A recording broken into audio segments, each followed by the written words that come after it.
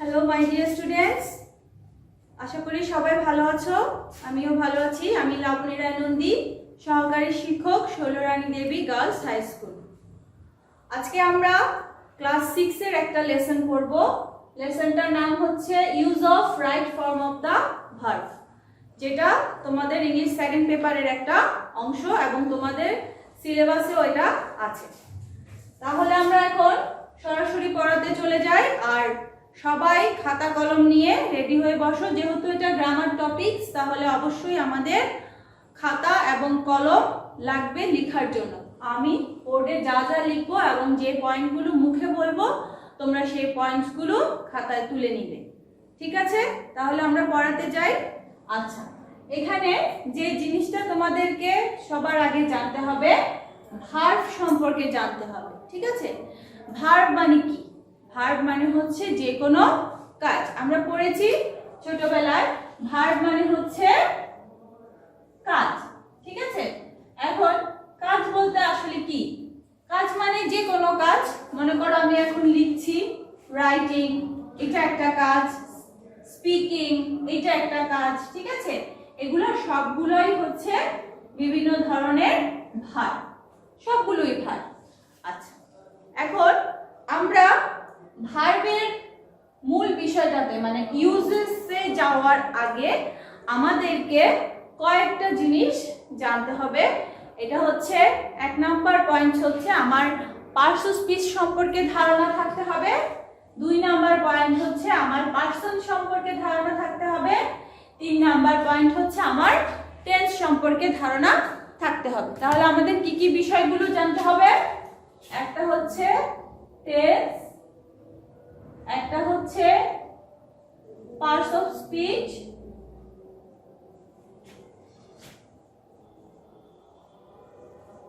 আর একটা হচ্ছে পার্সন আর নাম্বার। ঠিক আছে? তাহলে দেখো স্টুডেন্টস, ভার্ব কিসের অংশ?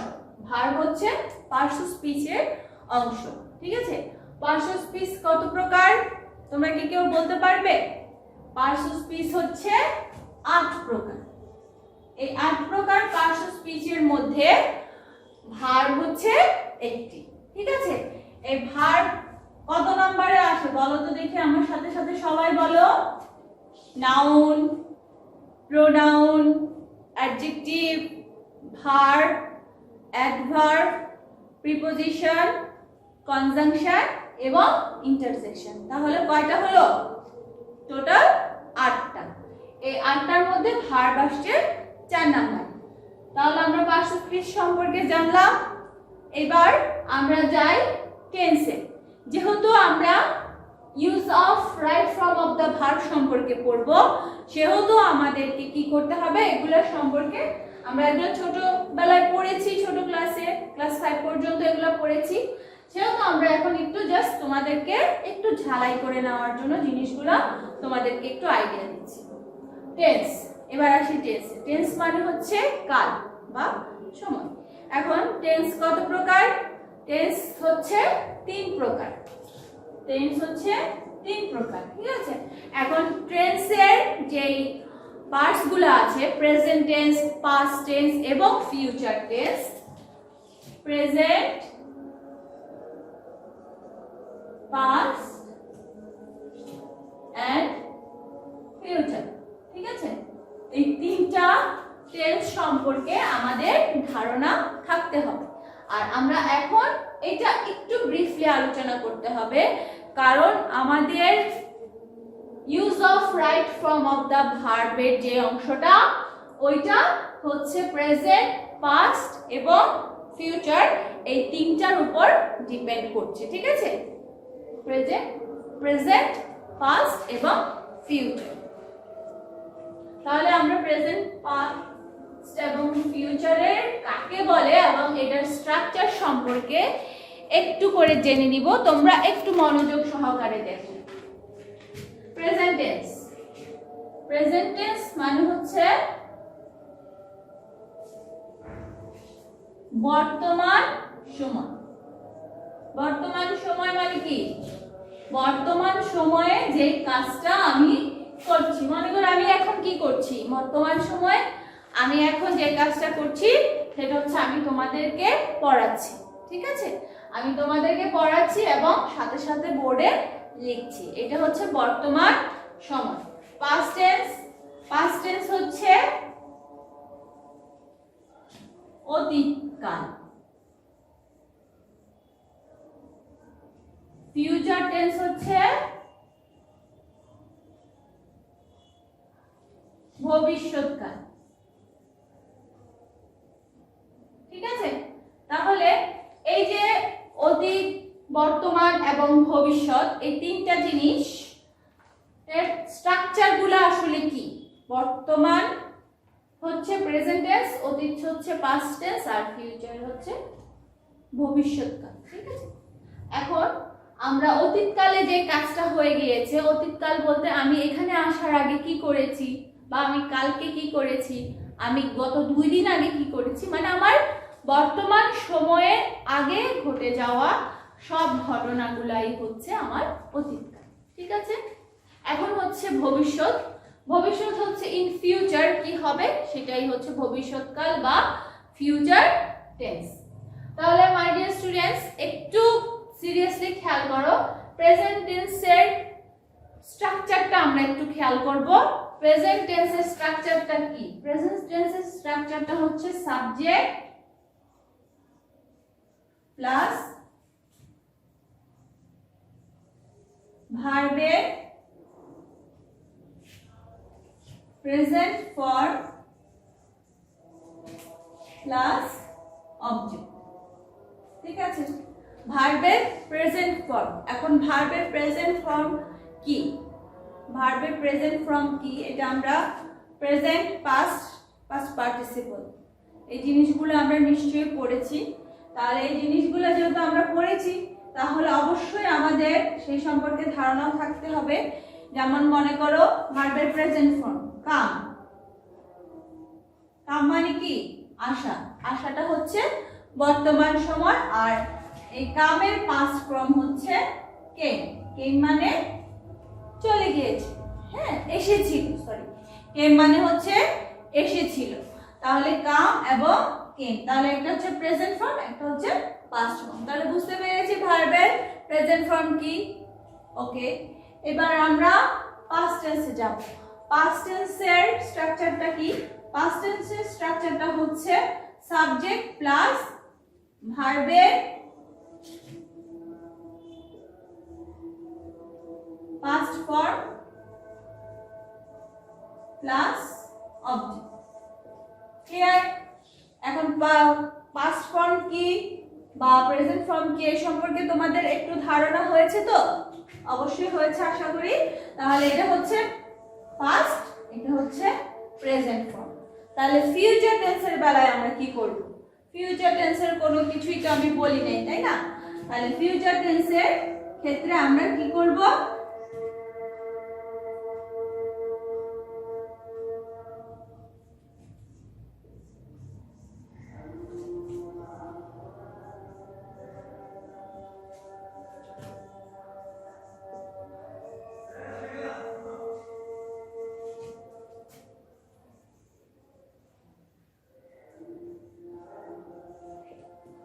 এখানে দেখো ফিউচার টেন্সের ক্ষেত্রে আমাকে কি করতে হবে? সাবজেক্ট লিখতে হবে, শ্যাল বা উইল লিখতে হবে, তারপরে ভার্বের প্রেজেন্ট ফর্ম লিখতে হবে, তারপরে আমাকে অবজেক্টটা লিখতে হবে। তাহলে আমরা লিখে ফেলেছি খাতায় এই স্ট্রাকচারগুলো, আশা করছি। ওকে, এবার আমরা নেক্সট ইয়েতে যাই। এবার এগুলোর প্রকারভেদ। প্রকারভেদগুলো কি কি? সবগুলোর ক্ষেত্রেই একই, শুধু সামনে প্রেজেন্ট, পাস্ট, ফিউচার এই তিনটা সেম থাকবে। দেখো আমি লিখে দিলে বুঝবা, সবগুলোর ক্ষেত্রে প্রায় সেম টু সেম চলে আসবে, শুধু নামগুলো, হেডিং গুলো একটু চেঞ্জ হবে। কিরকম?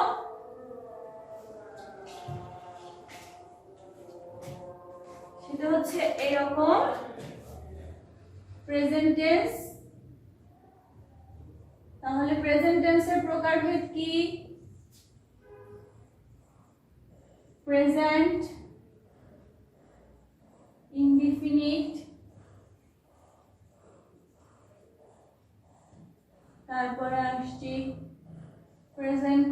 continuous,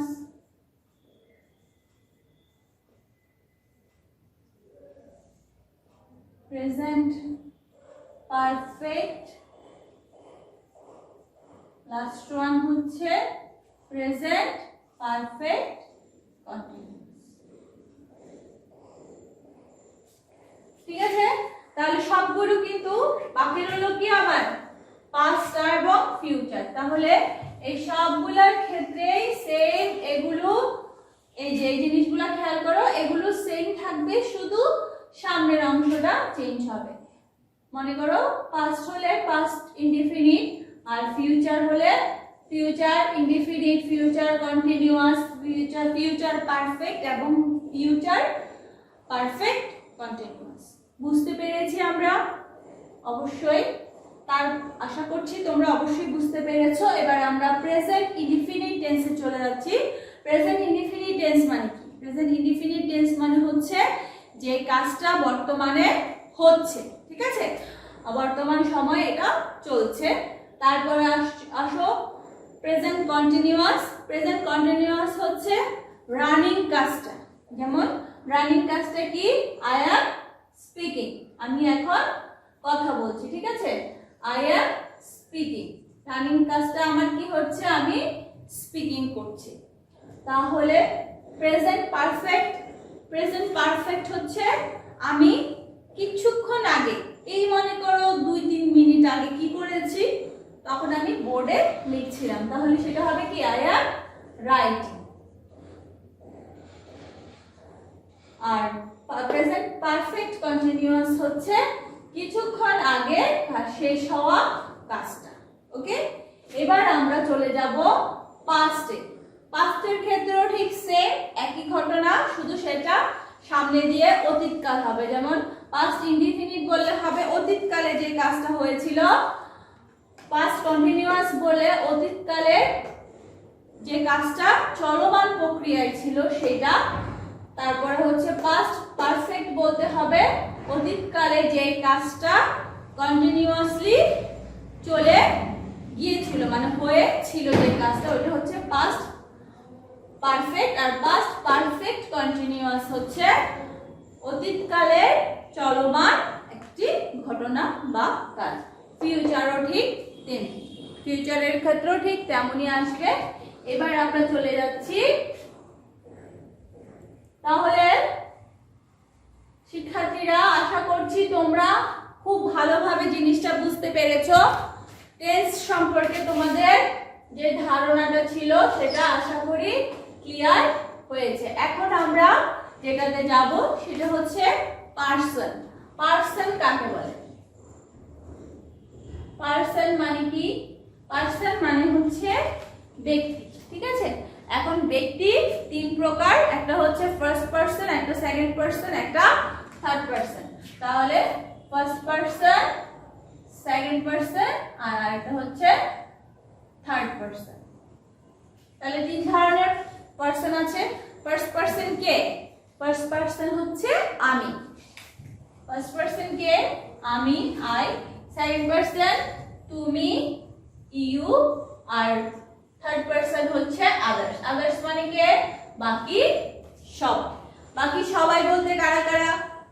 মানে হচ্ছে আমি আর তুমি ছাড়া আর যারা আছে বাকি সবাই হচ্ছে কি পারসন?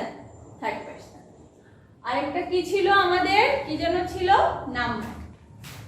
ওকে, এখন নাম্বার কত প্রকার?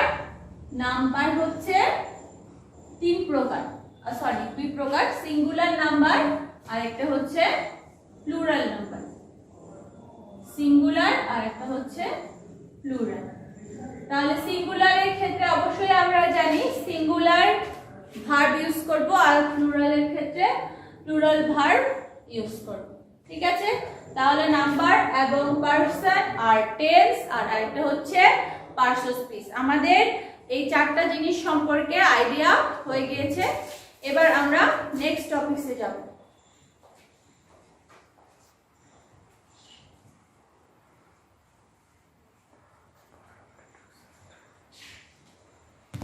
আমাদের নেক্সট আলোচনার বিষয় হচ্ছে টু বি ভার্ব সম্পর্কে। To be verb, to be verb অথবা অক্সিলিয়ারি ভার্ব, ঠিক আছে, সাহায্যকারী ভার্ব যেটাকে বলা হয়। সাহায্যকারী ভার্বগুলো কি কি?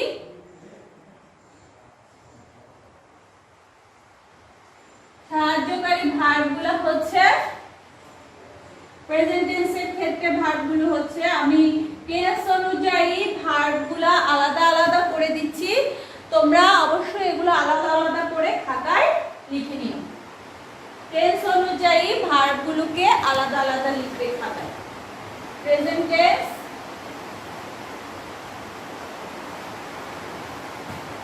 প্রেজেন্ট টেন্সের ভার্বগুলো কি কি জানো কেউ? আচ্ছা, বোর্ডের থেকে লিখে নাও। am, is, are, have, has, do, does। past tense এর ভার্বগুলো কি কি? past tense এর ভার্বগুলো হচ্ছে was, were, had, did। এবার আসো ফিউচার টেন্সের ভার্বগুলো কি কি? ফিউচার টেন্সের গুলো হচ্ছে shall অথবা will, তারপরে হতে পারে should, তারপরে হতে পারে would, তারপরে হতে পারে may, might, can, could। ঠিক আছে, এই সবগুলো আমরা ফিউচার টেন্সের ক্ষেত্রে ব্যবহার করতে পারি।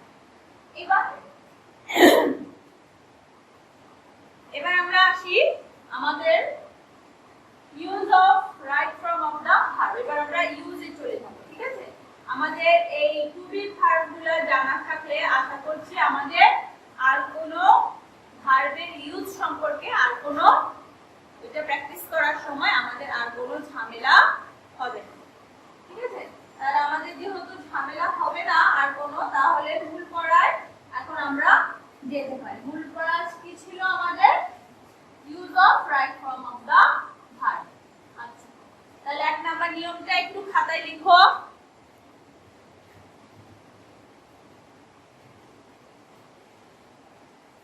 তোমরা সবাই জানো যে বর্তমানে যে পরিস্থিতি চলছে সেই পরিস্থিতিতে আমাদের এখন অনলাইন ক্লাস ছাড়া আসলে আর কোনো উপায় দেখছি না আমরা, যেহেতু আমরা আমাদের শিক্ষা প্রতিষ্ঠানে যেতে পারছি না এবং সেটা কবে নাগাদ খুলবে সেটা সম্পর্কে আমাদের কারো কোনো আইডিয়া নেই।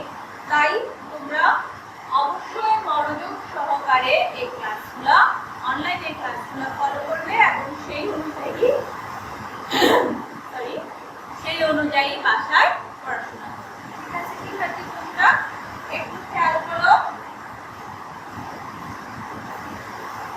এবার সাবজেক্ট যদি দেখো, সাবজেক্ট যদি থার্ড পারসন সিঙ্গুলার নাম্বার হয়, আমি মুখে বলছি দেখো সাবজেক্ট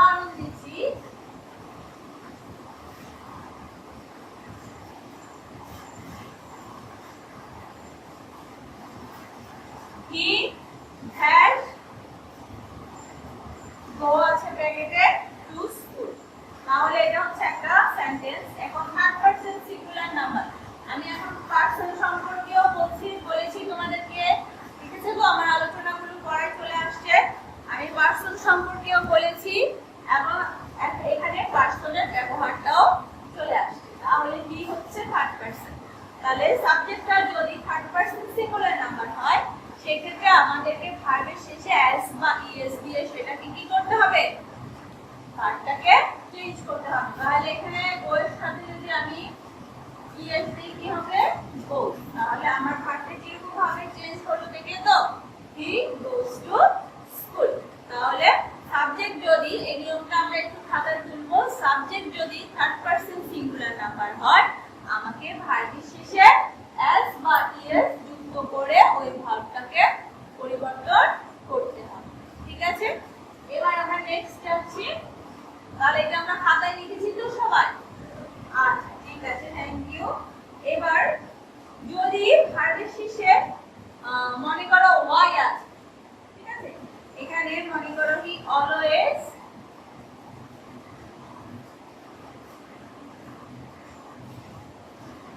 এখানে ক্যারি দেওয়া আছে, অ্যান্ড আমব্রেলা উইথ হিম। তাহলে ব্যাপারটা কি দাঁড়ালো দেখছি আমরা একটু। দেখো, he always has an umbrella with him। এটা কি দেওয়া আছে? ক্যারি। আমাদের কিন্তু প্রশ্নের মধ্যে যখন এটা আসবে, এটা কিন্তু একটা প্যাসেজ আকারে আসবে। আমি এখানে তোমাদের সুবিধার্থে আমি এখানে পার্ট পার্ট করে পড়াচ্ছি। আর পার্ট পার্ট করে যেহেতু পড়াচ্ছি, তোমরা একটু পার্ট পার্ট করে জিনিসগুলো বুঝে নাও। কিন্তু যখন তোমরা পরীক্ষার সময় অ্যানসার করবে তখন কি হবে, একটা পুরোটা একটা প্যাসেজ আকারে আসবে এবং উপরে একটা বক্সের মধ্যে তোমাদেরকে ওয়ার্ডগুলো দেওয়া থাকবে আর তোমরা সেই ওয়ার্ডগুলো চেঞ্জ করে করে সুইটেবল জায়গায় বসাবে। ঠিক আছে, বুঝতে পেরেছো?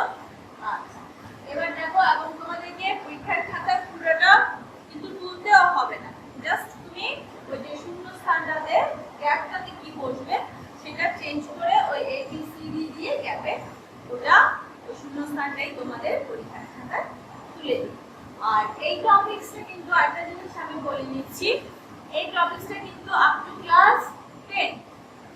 ঠিক আছে, আপ টু ক্লাস 10 তোমাদেরকে জানতে হবে। তো তোমরা যদি এইটার রুটস গুলো না জানো, এটার মেইন রুটস গুলো কি কি, ওইগুলোর ব্যবহার যদি না জানো তাহলে কিন্তু ভবিষ্যতে একটু সমস্যা হবে। সেজন্য আমরা কি করব, যেহেতু আমরা এখনো ছোট, তাহলে আমরা আস্তে আস্তে করে বুঝে বুঝে উপরে ক্লাসে উঠবো। তাহলে আমাদের ভবিষ্যতে গিয়ে এই সমস্যাগুলো আর হবে না, যে আমরা বুঝি না, পারতেছি না, সমস্যা হচ্ছে, এই সমস্যাগুলো, এই কনফিউশনগুলো আমাদের ক্লিয়ার হয়ে যাবে। ঠিক আছে, তাহলে কোনো কনফিউশন রাখবে না মনের মধ্যে। আর যেহেতু আমি একদম রুটস লেভেল থেকে বোঝাচ্ছি, তাহলে অবশ্যই আশা করছি আমার ক্লাসটা তোমাদের কাছে খুব সহজ মনে হচ্ছে।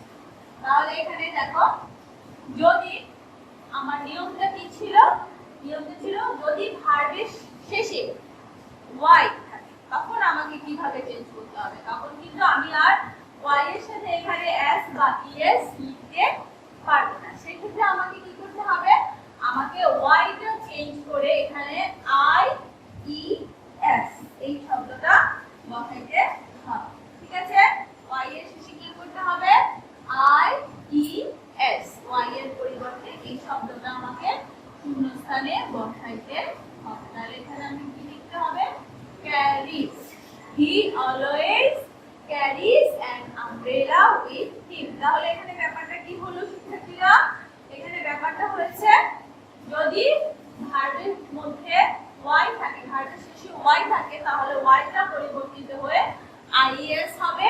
আর আরেকটা হচ্ছে যদি সাবজেক্টটা থার্ড পারসন সিঙ্গুলার নাম্বার হয় তাহলে সেই ক্ষেত্রে ভার্বের শেষে s বা es যুক্ত হয়ে ওই ভার্বটাকে আমার চেঞ্জ করতে হবে। এবার আমরা আসি আরেকটা নিয়ম করব আমরা, সেটা হচ্ছে ইউনিভার্সাল ট্রুথ। ইউনিভার্সাল ট্রুথ মানে কি জানি কি আমরা? ইউনিভার্সাল ট্রুথ মানে হচ্ছে চিরন্তন সত্য। ইউনিভার্সাল ট্রুথ, ইউনিভার্সাল ট্রুথ মানে হচ্ছে চিরন্তন সত্য, মানে যে সত্যটা আমরা চাইলেও পরিবর্তন করতে পারবো না। ঠিক আছে, যেহেতু আমরা চাইলেও পরিবর্তন করতে পারবো না, এটাকে বলা হয় চিরন্তন সত্য। যেমন সূর্য পূর্ব দিকে উঠে পশ্চিম দিকে অস্ত যায়, এটাকে আমরা চাইলে পরিবর্তন করতে পারবো? কখনোই পরিবর্তন করতে পারবো না। তো সেক্ষেত্রে আমরা কি করতে পারবো, সেক্ষেত্রে আমরা এই ধরনের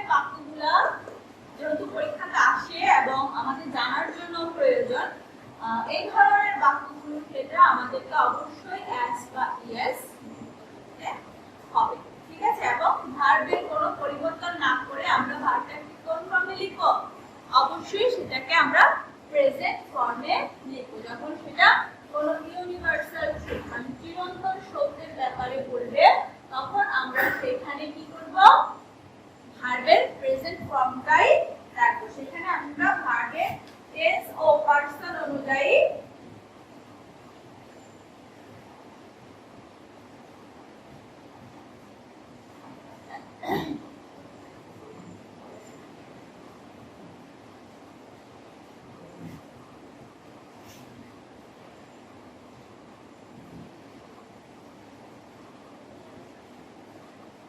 তাহলে এখানে ব্র্যাকেটে কি আছে দেখো, রাইজ।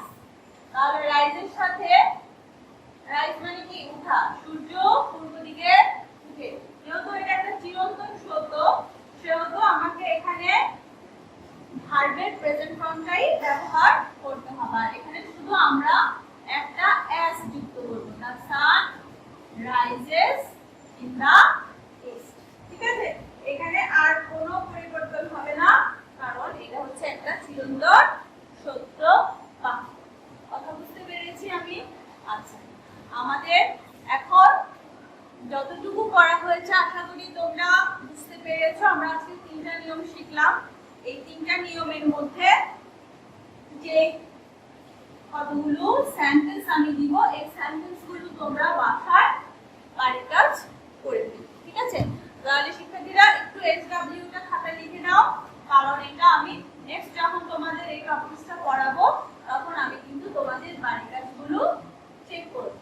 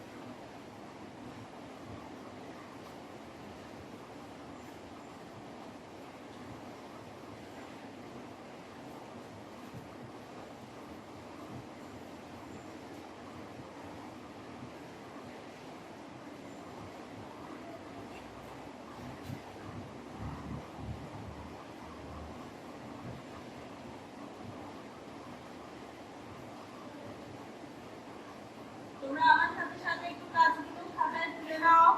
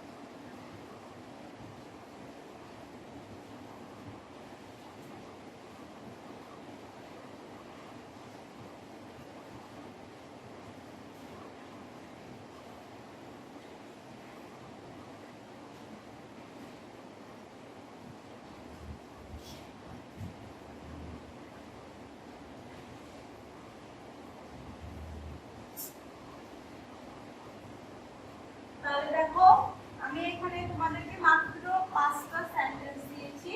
এই 5টা সেন্টেন্স তোমরা বাসায় বাড়ি কাজ করে ফেলবে। আর এর সাথে সাথে আরেকটা যে কাজ করবে সেটা হচ্ছে টেন্স সম্পর্কে। ঠিক আছে, যে কাজটা করবে সেটা হচ্ছে টেন্স সম্পর্কে আরেকটু ভালোভাবে বাসায় পড়বে এবং নিজেরা সেটা বাসায় ভালো করে প্র্যাকটিস করবে। ঠিক আছে, যেহেতু আমাদের ভার্বের ভিতরে ঢুকে যাওয়ার কথা, ভার্বটা ভালো করে বোঝার কথা, সেহেতু আমরা কি করব, ভার্বটাই একটু ভালো করে পড়বো। আর টেন্সটা যেহেতু আমি তোমাদেরকে একটু আইডিয়া দিয়ে দিয়েছি, সুতরাং টেন্সটা তোমরা বাসায় একটু স্টাডি করবে। আর আমরা নেক্সট ক্লাসে আশা করছি আর একটু ভালো করে পড়তে পারবো, আর একটু ভালো করে বুঝবো জিনিসগুলা। তাহলে তুলে নিয়েছি সবাই? হ্যাঁ, তোমাদেরকে সময় দিচ্ছি, একটু তোমরা তুলে নাও।